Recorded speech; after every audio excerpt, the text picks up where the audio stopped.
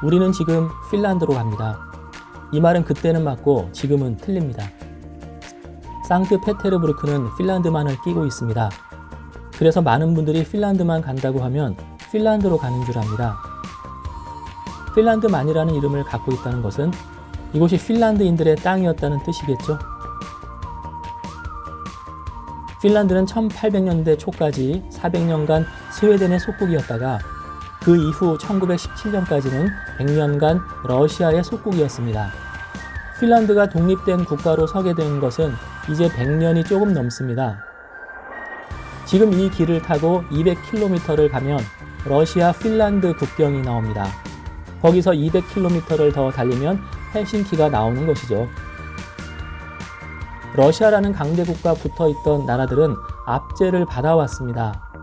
물론 도움도 받았습니다.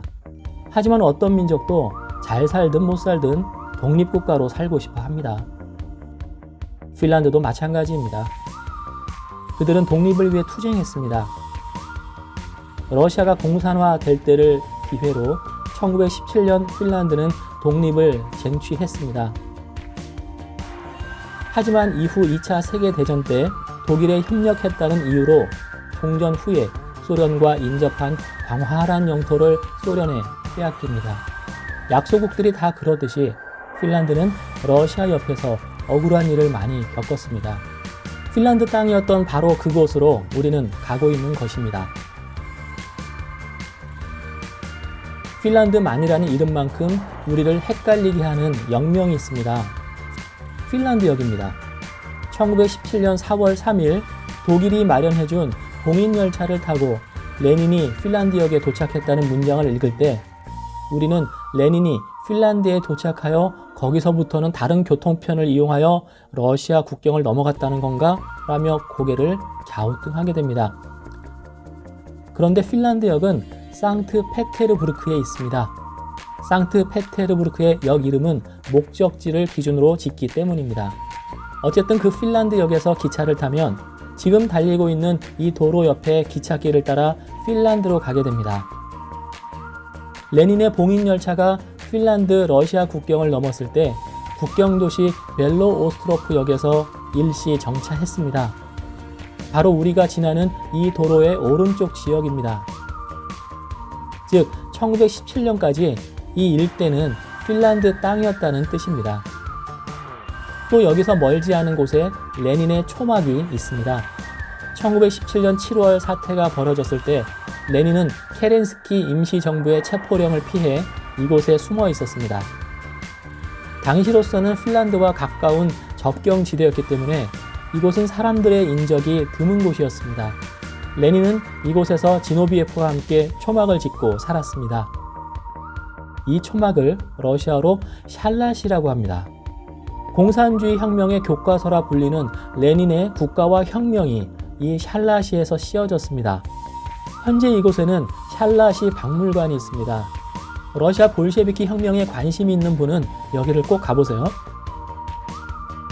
당국의 수색망이 좁혀오자 레닌은 국경 넘어 핀란드로 도망칩니다. 당시 열차는 증기기관차였기 때문에 석탄을 썼습니다. 레닌은 화부로 위장하여 열차에 탔습니다.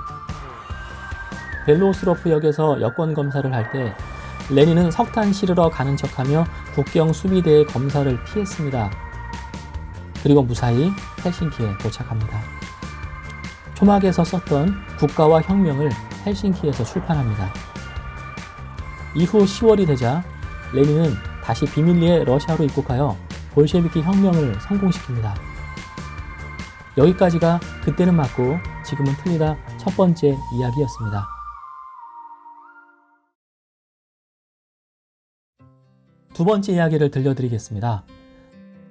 우리는 이제 레피노에 다다랐습니다. 레피노는 러시아의 사실주의 화가 레핀의 이름을 딴 지역명입니다. 레핀은 공식적으로 1930년 핀란드에서 사망했습니다. 그의 묘가 바로 이곳 레피노에 있습니다. 레피노에는 레핀이 직접 지어 말년을 보냈던 빼나트의 저택이 있습니다. 해안가, 소나무와 자작나무가 무성한 숲속에 위치한 작업실을 겸한 저택입니다. 물론 레피노라는 이름은 레핀 사후에 그에게 헌정된 것이고 그 이전까지는 핀란드식으로 쿠오칼라라 불렸습니다. 핀란드는 1917년 독립한 후에 2차 세계대전을 거치면서 이 지역을 소련에 할양했기 때문에 레핀 당시는 핀란드가 맞으나 현재는 러시아에 속해 있습니다. 만약 이 지역이 핀란드 영토로 남아 있었다면 레핀을 추모하기 위해서는 국경을 넘어야만 했을 것입니다. 레핀은 러시아인들이 최고로 여기는 화가입니다. 러시아 사실주의의 대가입니다. 화풍은 사실주의로 시작했으나 유럽을 다녀온 후 인상파의 영향을 받습니다.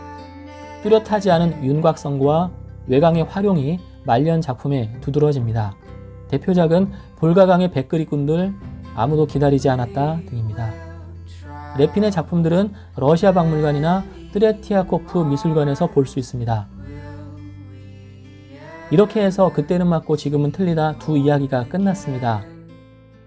그러면 우리는 왜 이곳을 왔을까요? 먼저 설경 가도를 만끽하려는 것입니다. 그리고 얼어붙은 핀란드만 바다를 감상하려는 것입니다. 지금까지 영상을 통해 운치 있는 설경 가도를 함께 달렸습니다. 이제 남은 것을 보여드리려고 합니다. 그것은 사진으로 대체합니다.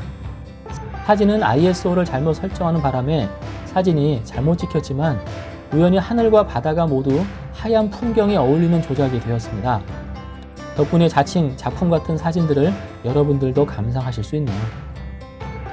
먼 바다 위에서 러시아 사람들이 낚시를 합니다. 드릴로 적어도 두께 1m는 되어 보이는 얼음판에 코어를 뚫어서 낚시를 합니다. 그 옛날에는 핀란드인들이 물고기를 잡고 있었겠죠.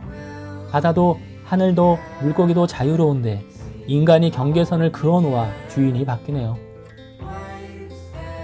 지금 우리는 거의 바다 깊숙이 들어왔습니다. 오랜만에 탁 트인 하늘을 보니 마음이 상쾌합니다. 아, 이런 풍경을 한국 분들도 체험하면 좋았으련만 하는 아쉬움이 있었는데 코로나 시국에 영상으로나마 소개할 수 있어 나름 기쁘고 보람됩니다. 핀란드 가는 길, 그때는 맞고 지금은 틀리다, 여기까지입니다.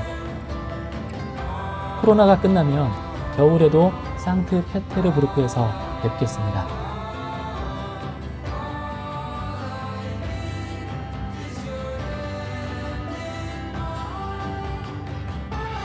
상트페테르부르크에서 핀란드만을 따라 핀란드 방향으로 약 1시간 동안 이런 설경 가도를 달릴 수 있습니다. 한방눈 내린 다음날 상쾌한 마음으로 드라이빙을 하곤 합니다. 길이 미끄럽지 않냐고요? 제설 시스템은 러시아가 최고입니다. 제설 환경미화원들이 새벽에 길을 다 닦아놓습니다. 여름엔 녹음이 우거지고 겨울엔 산고대 풍경으로 멋있는 핀란드 가는 길, 드라이빙 한번 해보지 않으시겠습니까?